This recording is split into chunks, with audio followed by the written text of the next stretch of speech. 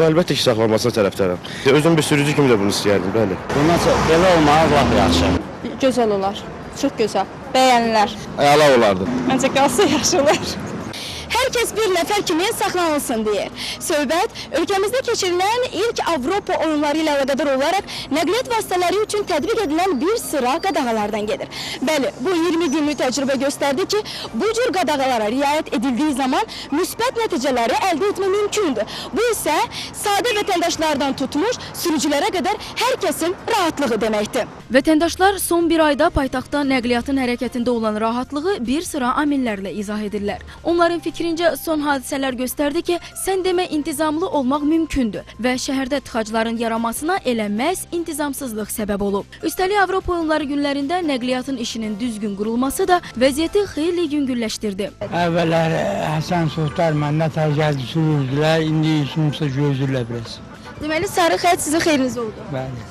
Rahat maşınların gedib gəlişi, avtobusların, əl-xüsus avtobusların gedib gəlişinə maneəsiz bir törədən bir nəqliyyat vasitəsi olmadı.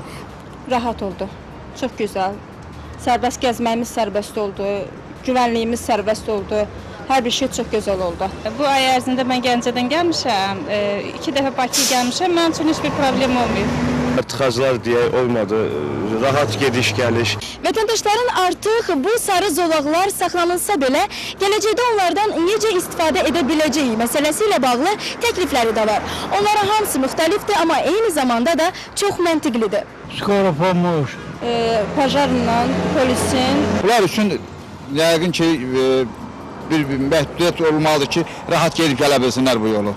Bir çox vətəndaşlar Sumqayıt və region qeydiyyatında olan avtomobillərin və yük maşınlarının paytaxta girişinə qoyulmuş məhdudiyyətlərin, həmçinin parklanma ilə bağlı mövcud olan qadağaların qüvvədə saxlanılmasını, eyni zamanda dükanlara malların paylanılmasının, gecələr həyata keçirilməsinin bundan sonra da davam etdirilməsini istəyirlər. Süjetimiz vətəndaşların rəyini ortaya qoydu.